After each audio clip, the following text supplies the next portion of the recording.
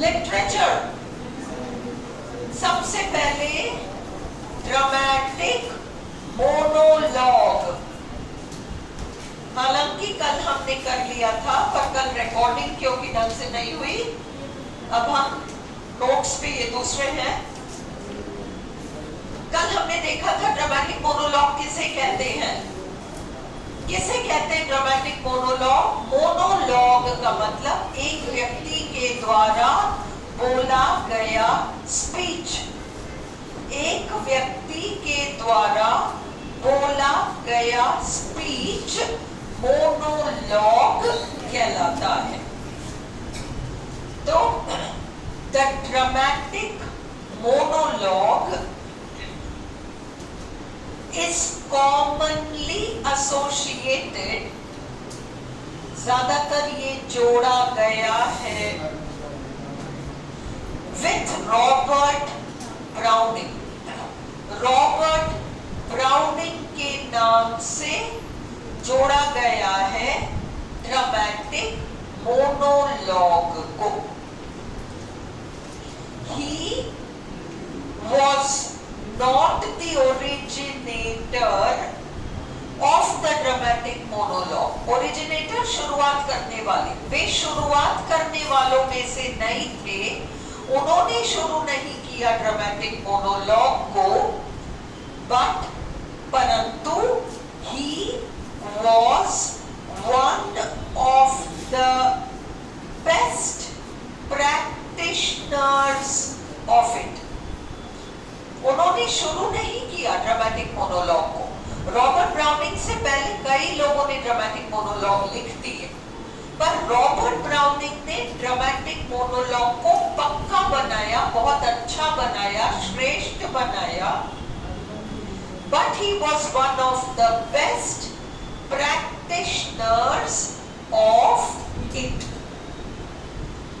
Arthur Lyttelton, Arthur Lyttelton नाम के जो क्रिटिक थे, first used the term dramatic monologue. उन्होंने सबसे पहले ड्रामेटिक मोनोलॉग को यूज किया for Robert Browning's poetry. Robert Browning की पोइट्री को ड्रामेटिक मोनोलॉग की स्टाइल में लिखा है, किसने कहा? आर्थर लिटिलटन ने कहा। The dramatic monologue became almost perfect in Browning's hands। Robert browning के हाथों में ड्रामेटिक मोनोलॉग बिल्कुल चरम सीमा पर पहुंच गया, परफेक्ट हो गया।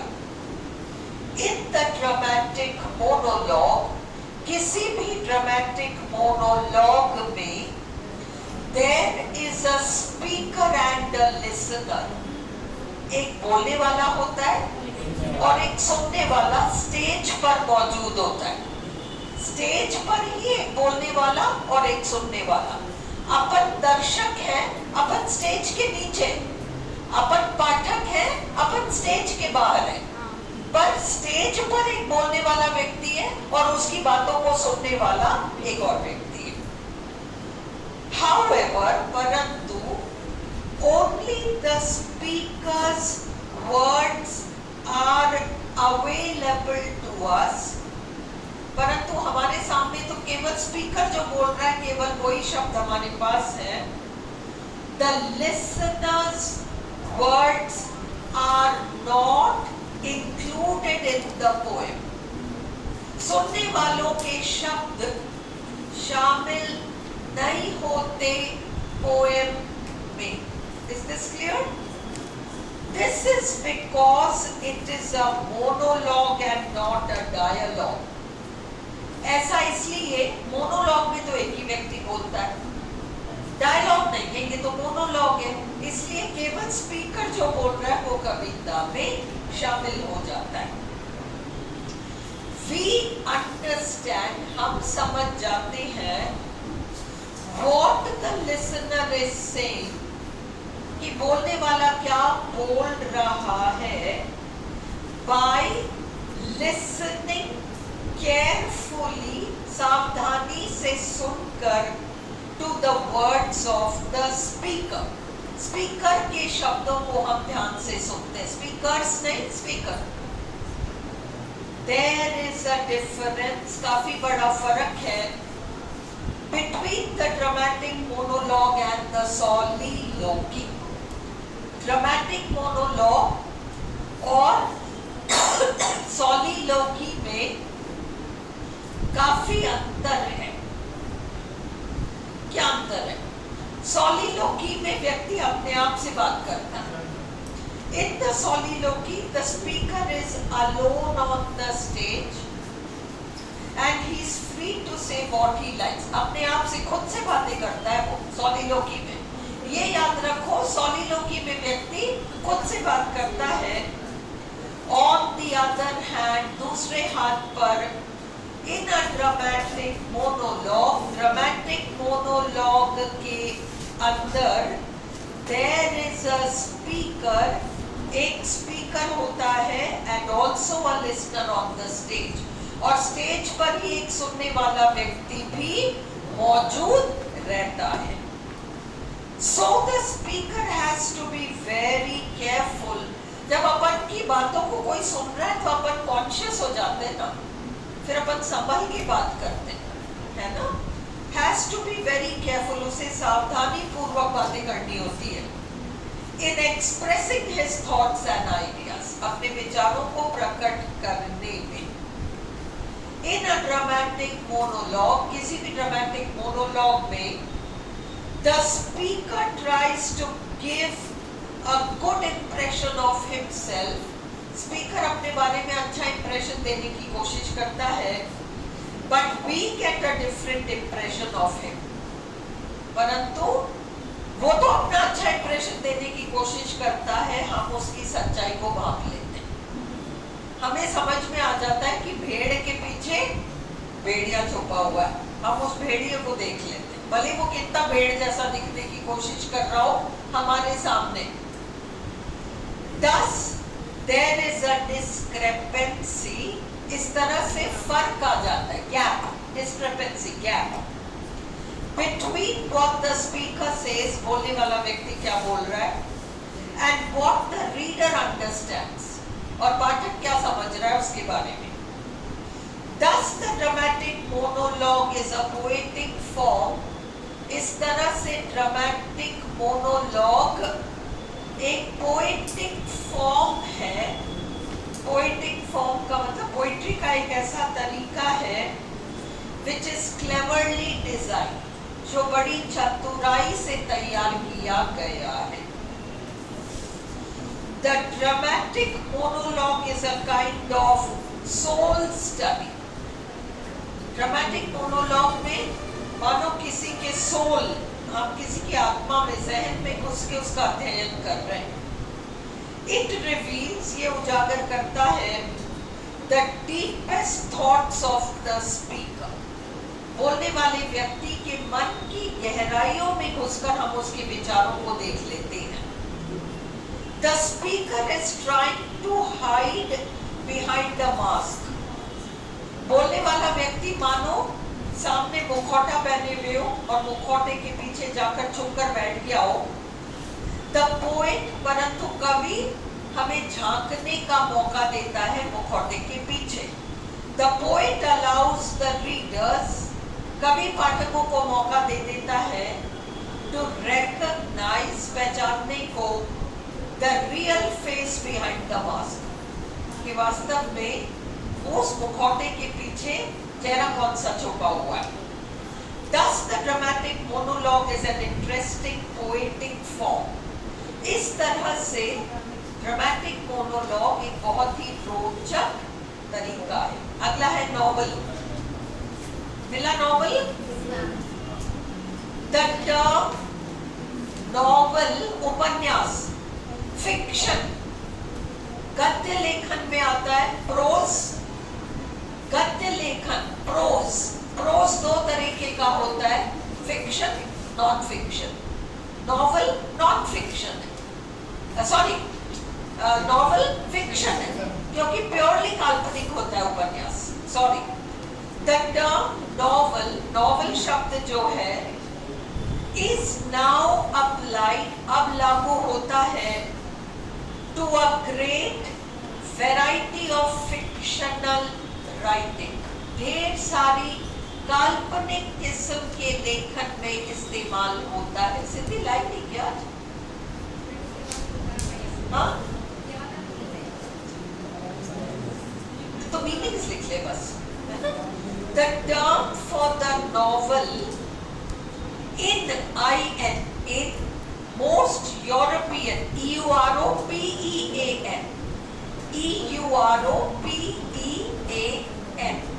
the term for the novel, उपन्यास के लिए शब्द अधिकतर यूरोपीय भाषा में क्या है? Roman, ROMAN, roman, romance, roman कहानी, which is derived from the medieval term the romance. Medieval, MEDIEVAL, MEDIEVAL, medieval, मध्यकालीन युग का शब्द है रोमांस। रोमांस से Roman.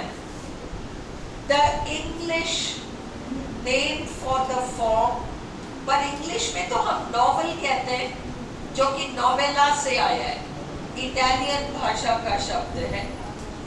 On the other hand is derived, ये लिया गया है from the Italian novella, Italian शब्द नोवेला से लिया गया है, which means a little new thing, एक छोटी नई चीज।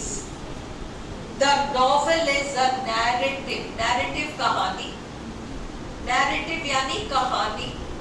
नॉवेल एक कहानी होती है written in prose, गद्य में लिखी रहती है। It is different, ये बिल्कुल अलग होता है from the short story, छोटी कहानियों से, and also from the novelette or novella. Novelette छोटा उपन्यास, novella छोटा उपन्यास। इंग्लिश में novelette कहते हैं, इटालियन में novella कहते हैं, छोटी कहानी। The short story is very much like the novel. देखो, एक पूरा केक है तुम्हारे सामने, बड़ा सा, देखो फुल केक है, हाँ, वो तो नॉवल जैसा है। उसका एक स्लाइस तुम खा रहे हो, उस एक स्लाइस में वो सब कुछ है जो पूरे केक में, माना? एक केक के स्लाइस में सब कुछ है जो पूरे केक में। उसी तरह से short story slice of cake की तरह और नॉवल पूरे केक की तरह। तो फर्क किसमें? साइज में ही तो है, साइज में ही तो है।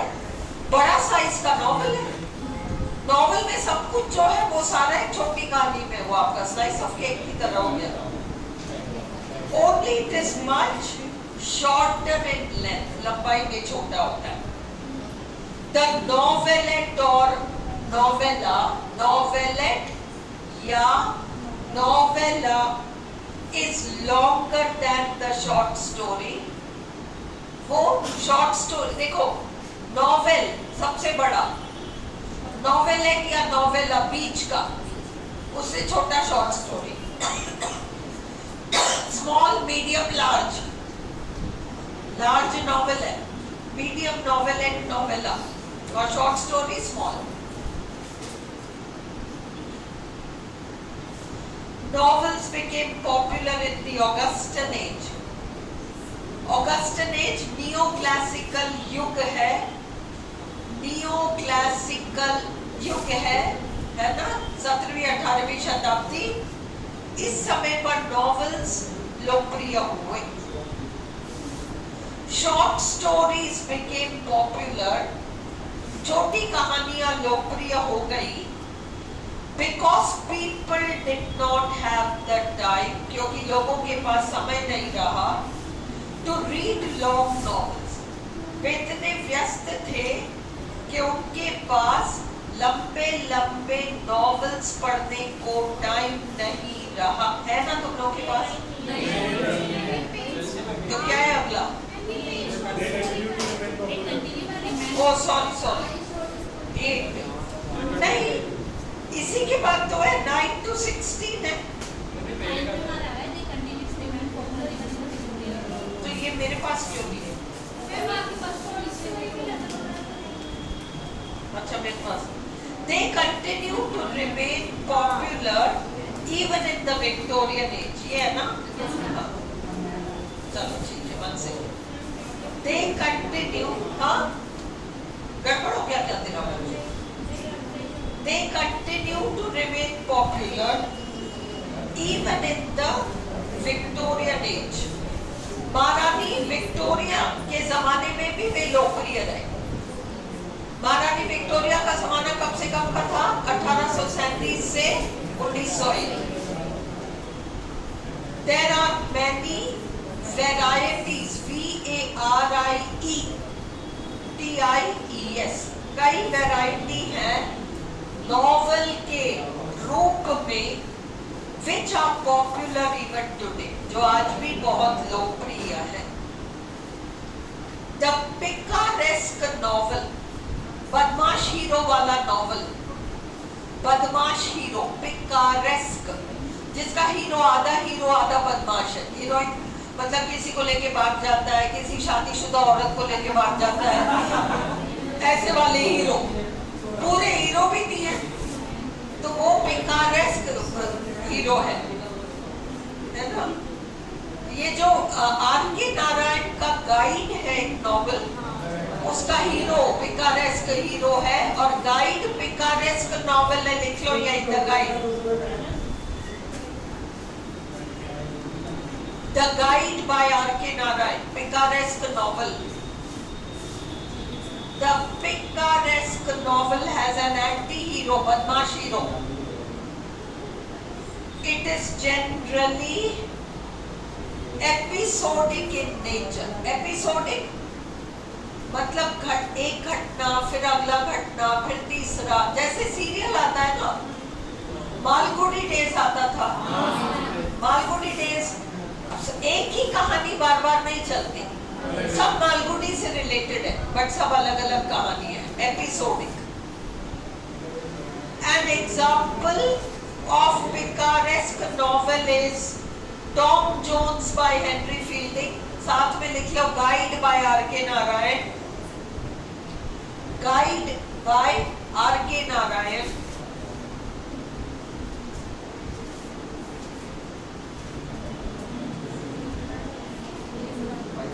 जिन्होंने एमए किया इंग्लिश में, उन्होंने प्रीवियस में मॉल फ्लैंडर्स किया होगा। मॉल फ्लैंडर्स पिकारेस्क नॉवल है। हीरोइन 7-8 शादियां करती है, गलती से अपने भाई से शादी कर लेती है, उसको पता ही नहीं है मेरा भाई है ना, आधा भाई है पर फिर भी कर लेती है। तो ये पिकारेस्क नॉवल है। द नॉवल ऑफ इंसिडेंट, घटनाक्रम वाला उपन्यास was first written by Daniel Defoe. सबसे पहले डैनियल डीफो ने लिखा। He wrote Moll Flanders and Robinson Crusoe. Moll Flanders को पिकारेस्क नॉवल कर लो। देखो ये नॉवल ऑफ स्कैंडल है। पिकारेस्क नॉवल और स्कैंडल वाले नॉवल में बाल मात्र का फर्क है। पिकारेस्क नॉवल में वो जो हीरो गलती करता है ना, शादीशुदा औरत के साथ भाग गया, चलो कोई बात नहीं, माफ किया जा सकता है। पर हीरोइन अपने भाई से शादी कर ले, माफ कर सकते हैं क्या? ये क्या हुआ? ये नॉवल ऑफ स्कैंडल हो गया। पिकारेस्क से भी एक कदम गड्ढे में, वो अपना नॉवल ऑफ स्कैंडल हो गया। समझ में आ गया? कहलानी को दोनों ही पिकारेस्क कहलाएंगे। अपन हो शादीशुदा के साथ भाग गया, इसमें भी हो करेंगे, पर जब भाई के साथ शादी कर ली उसमें कहेंगे अब तो समझ में नहीं आ रहा भाई हमारे, तो वो चीज आपका नॉवल ऑफ स्कैंडल हो जाता है। सैमुअल रिचर्डसन, ध्यान दो, सैमुअल रिचर्डसन नाम का व्यक्ति था। रोट क्लैरिसा, इंपॉर्टेंट है, which is an epistolary novel. मेरे चैनल पे इसके ऊपर वीडियो डाला हुआ है, हालांकि तुम्हारी सेकंड ग्रेड की उसमें नहीं है, बट है इसके ऊपर। एपिस्टोलरी नॉवल ढूंढोगे तो मेरे चैनल पे मिल जाएगा। मैंने इसकी पूरी स्टोरी समझाई है, पढ़ने की जरूरत नहीं है। सुनो क्या है एपिस्टोलरी का मतलब, चिट्ठियों के माध्यम से। पूरा नॉवल कैसे चल रहा है, पूरा नॉवल कैसे चल रहा है? मैंने इसको चिट्ठी लिखी, इसने उसको चिट्ठी लिखी, उसने इसको जवाब दिया, इसने वापस मुझे चिट्ठी लिखी, चिट्ठी चिट्ठी चिट्ठी चिट्ठी चिट्ठी चिट्ठी चिट्ठी चिट्ठी, यही है नॉवल पूरा, शुरू से एंड तक यही है। ये एपिस्टोलरी, पूरा नॉवल चिट्ठियों में चल रहा है। ये एपिस्टोलरी नॉवल है। हीरोइन है, जाती है भाई किसी के यहाँ नौकरी करने, एक डोगरी उसके यहाँ काम करने जाती है ना। उस डोगरी का जवान बेटा है, बहुत अमीर खानदान है। अब ये जो है ये सोचती कि चलो अच्छा इसको फंसा लो, बढ़िया काम हो जाए, है ना। तो सेवा तो माँ की बहुत अच्छी करती है, पर और वो इससे अट्रैक्टेड भी है, पर ये होकर इतराती है क्योंकि नहीं मैं शादी चाहिए मुझे, तो शादी कर ऐसे टाइम पास नहीं करना मुझे। तो बहुत चालू है वो, उसको खींचती भी अपनी तरफ और अपनी माँ को चिट्ठी लिखती है कि ऐसा हो रहा है, मुझे क्या करना चाहिए। माँ कहती ठहर तेरी बुआ से पूछती, वो बुआ मुझे ते लिख लेगी, फिर वो चलता ही रहेगा। फिर ये सब एंड में हो जाए, एंड में शादी कर लेती है इससे, है ना। ये सारा काम चिट्ठियों में हुआ है। इसलिए ये जो है Samuel Richardson wrote Clarissa, which is an epistolary novel, चिट्ठियों के माध्यम से उपन्यास। The whole story is conveyed entirely, पूरी की पूरी कहानी हम तक कन्वे की गई है, हमें दिया गया है पूरी तरह से entirely by an exchange of letters। इसने उसको, उसने इसको, उसने उसको, उसने इसको, ऐसे। The realistic novel, एक अलग किस्म का उपन्यास, यथार्थ को दर्शाने वाला। The realistic novel is often called a novel of manners, है ना, जीवन के तौर तरीके दर्शाने वाला नॉवल।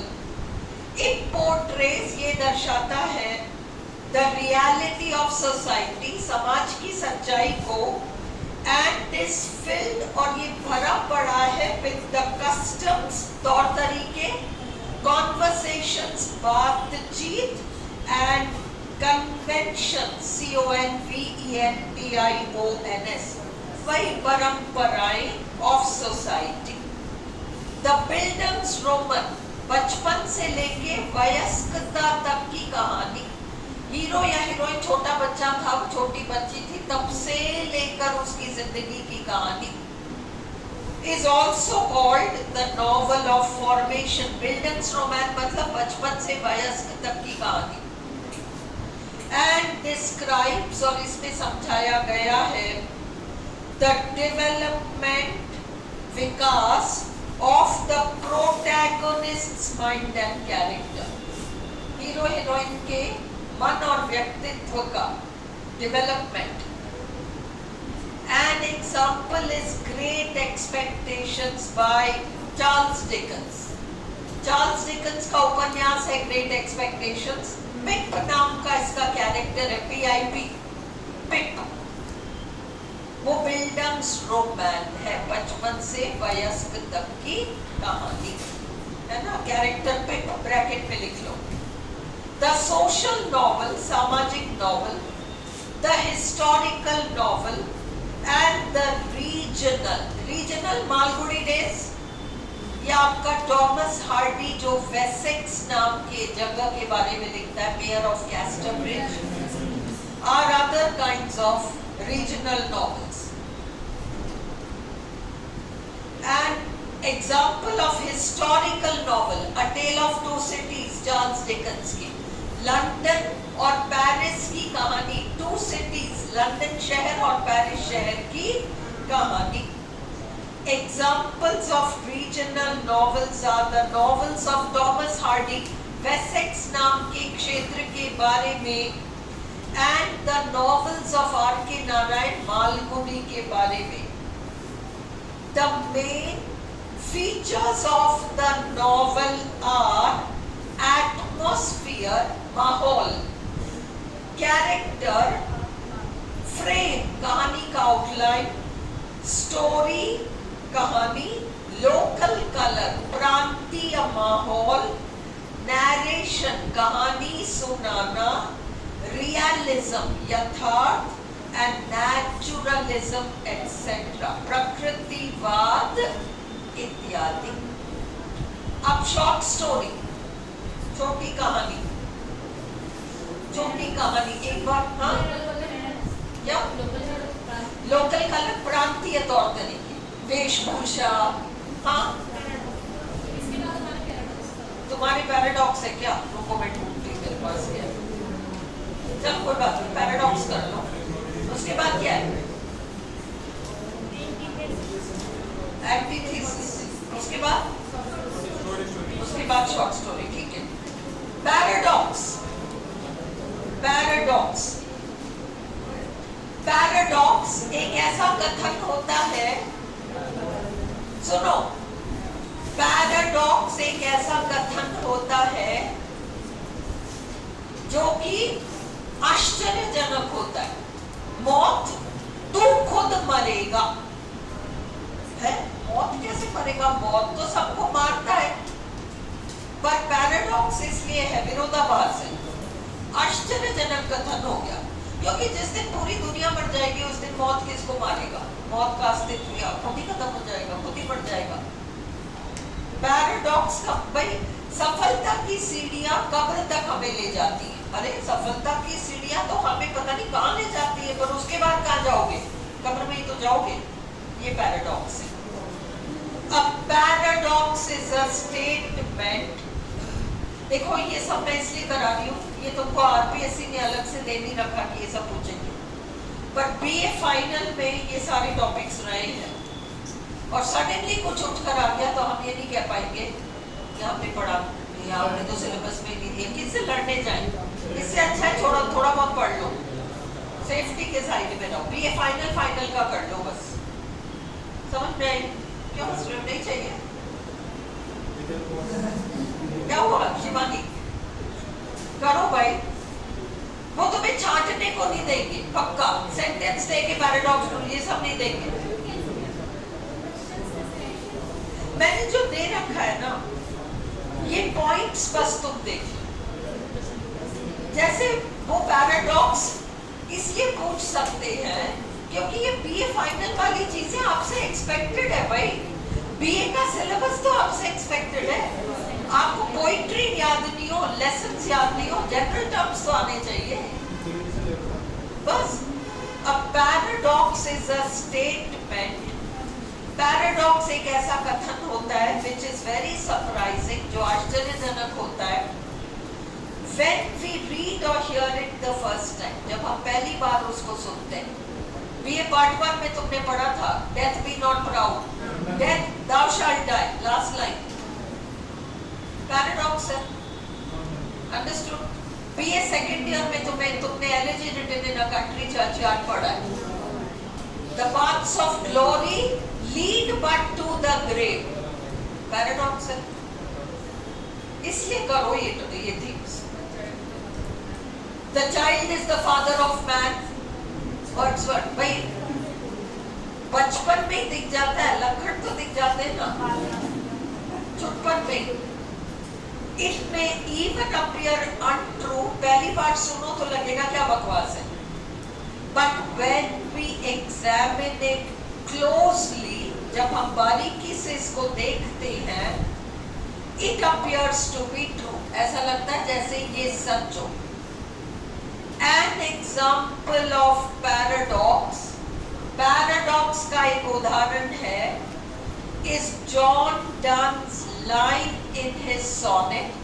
John Donne का जो लाइन है उनके सोनेट में, death be not proud, death thou shalt die. ये पैराडॉक्स का एग्जाम्पल है. Another example of paradox is, एक और उदाहरण पैराडॉक्स का ये है, is Thomas Gray's line. Thomas Gray की पंक्ति, the paths of glory lead but to the grave, ये भी आपका पैराडॉक्स का उदाहरण है। The paradox was used by many of the new critics। आपके कोर्स में मॉडर्निज्म है, मॉडर्न एज में ये जो नए समीक्षक थे, न्यू क्रिटिक्स, इन्होंने पैराडॉक्स को बहुत यूज किया है।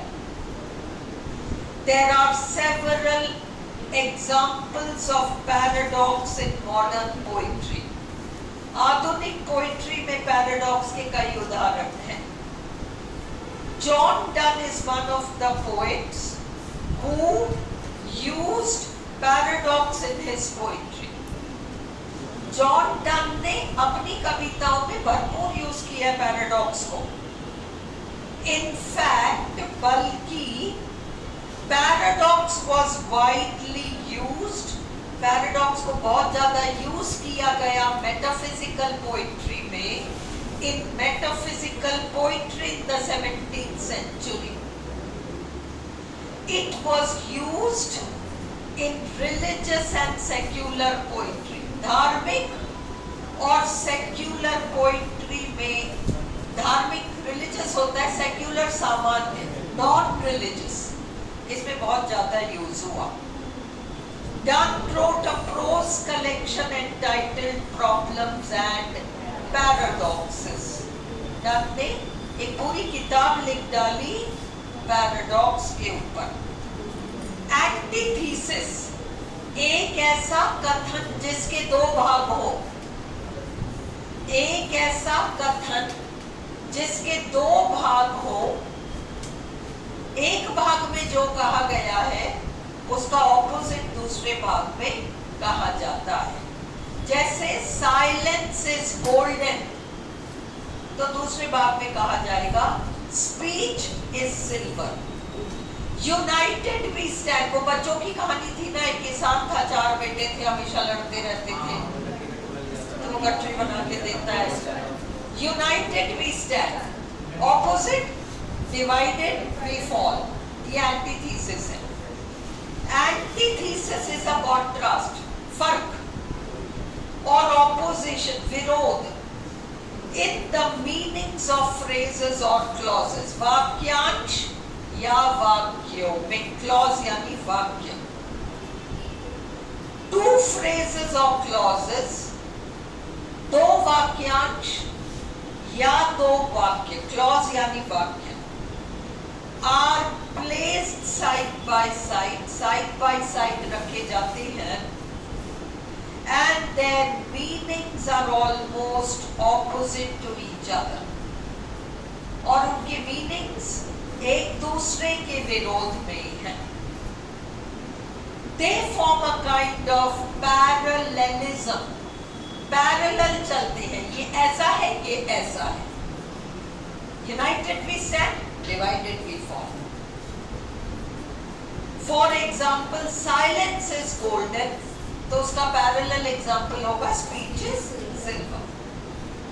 Some more examples, united we stand और divided we fall। God made the country, भगवान ने गांव बनाया, मनुष्य ने शहर बनाया। Man made the city, है ना? Man proposes, मनुष्य योजनाएं बनाता है, मर्जी भगवान की चलती है। God disposes, गलतियां करना इंसान की फितरत है, माफ करना ईश्वर की फितरत है।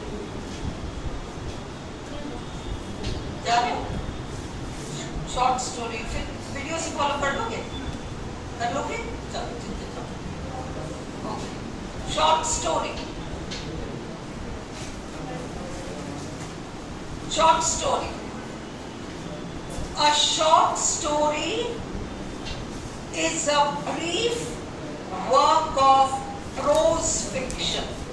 छोटी कहानी, गद्य रचना होती है पर छोटी होती है, संक्षिप्त होती है।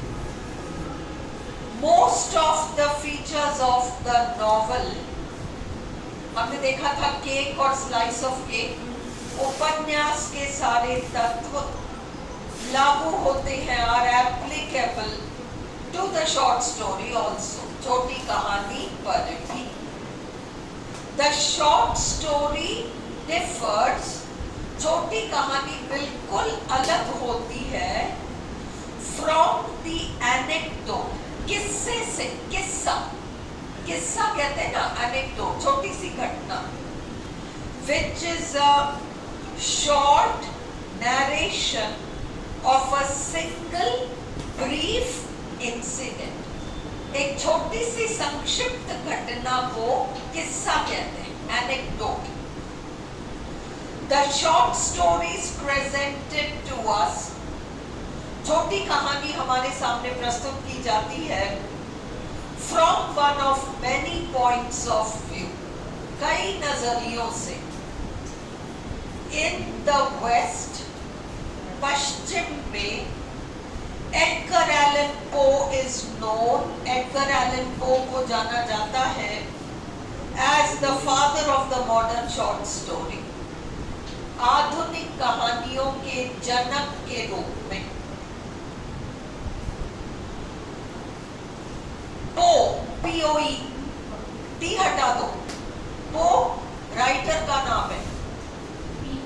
पो, टी हटा दो. पॉइंट नंबर 6 में, पो wrote a number of short stories. पो ने कई सारी कहानियां लिखी and each story was a slice of life. और हर कहानी अपने आप में लाइफ का एक स्लाइस प्रस्तुत करता है. फिर ओ हेनरी नाम के लेखक, एंटन चेकोव, ये सब राइटर्स के नाम हैं. गाय डी मोपासा, चाहे ऐसे एंटी है, Maupassant. Somerset Maugham are famous short story writers of the West.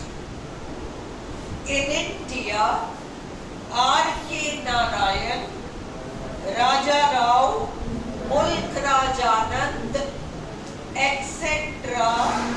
are all well-known short story writers. ये अच्छे short story लेखक हैं.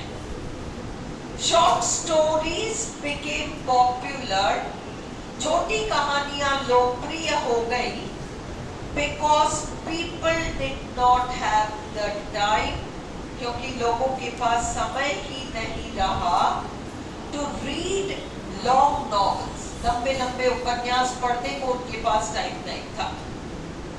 The short story could easily be read in one sitting. छोटी कहानी को एक बार ही बैठकर पढ़ा जा सकता था. The central incident is selected, main घटना को चुना जाता है to portray as much as possible, ज्यादा से ज्यादा दर्शाने के लिए, of the protagonist's life and character, main character के जीवन और व्यक्तित्व के बारे में बातें बताने. Brevity is the soul of a short story. Brevity, संक्षिप्तता, छोटी कहानी की जान है. Brevity, संक्षिप्तता. The author often begins the story. कहानी बीच से शुरू होती है, शुरू से नहीं. एक था राजा, ये नहीं, बीच में, और आगे पीछे घूमती रहेगी कहानी. The author often begins the story at a point which is close to the climax, जो मेन घटना के पास हो, बीच में, कहानी के बीच में. There is a lot of artistry, बहुत सारी कलाकारी है involved in writing the short story. छोटी कहानी को लिखने में बहुत कलात्मकता है. In India, भारत में, the history of the short story goes back to very early times. Bharat में तो वो तुम्हारे उपनिषद काल से छोटी कहानियां चल रही हैं, और वेस्ट में तो 19वीं शताब्दी में छोटी कहानियां हैं. अपने यहाँ तो उपनिषद काल में चल रहा था. The कथा सरित सागर, लिखो, कथा सरित, SARITA, सागर. द कथा सरित सागर, तुमने नाम सुन रखा है, the Panchatantra, Vikram Vetal etcetera are examples of it, ये के उदाहरण है। They are all available in English translation. Katha KATH, Sarit SARITA, Sagar SAGARA, they are all available in English translation. ये सारी कहानियां अंग्रेजी अनुवाद में उपलब्ध हैं। ना? मेन तो संस्कृत है, फिर सब हिंदी इंग्लिश सब में। All the features of the novel, उपन्यास के सारे तत्व are present in the short story. सब कुछ शॉर्ट स्टोरी में होता है अलावा लंबाई के, except length. ये तो समझ में आ गया ना, केक और slice. Thus we can say, इस तरह से हम कह सकते हैं that the short story today, कि छोटी कहानी आज is one of the most popular forms of writing. ये सबसे लोकप्रिय शैली है लिखने की। चलो अब सिंबलिज्म, एक सेकंड में पानी पी लूं, बस 2 सेकंड का क्या, बंद कर दो इसको, बंद कर दो, वापस रिकॉर्डिंग शुरू कर देना।